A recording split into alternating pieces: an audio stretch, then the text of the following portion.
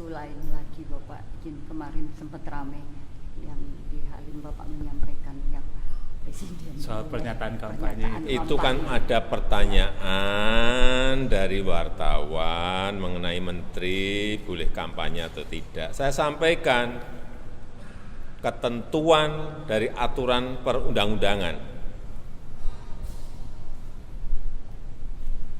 Ini saya tunjukin Undang-Undang Nomor 7 Tahun 2017 jelas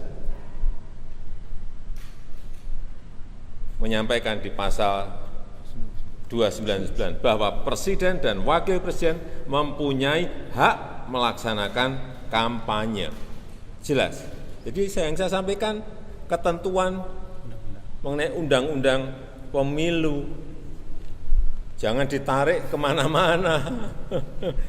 Ya. Kemudian juga pasal 281 juga jelas bahwa kampanye pemilu yang mengikut sertakan Presiden, Wakil Presiden harus memenuhi ketentuan, tidak menggunakan fasilitas dalam jabatan kecuali fasilitas pengamanan, dan menjalani cuti di luar tanggungan negara. Udah jelas semuanya kok. Sekali lagi, jangan ditarik kemana-mana, jangan diinterpretasikan kemana-mana. Saya hanya menyampaikan ketentuan aturan perundang-undangan karena ditanya.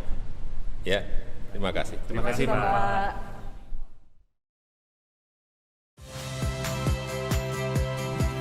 Saya Yasir Neneama.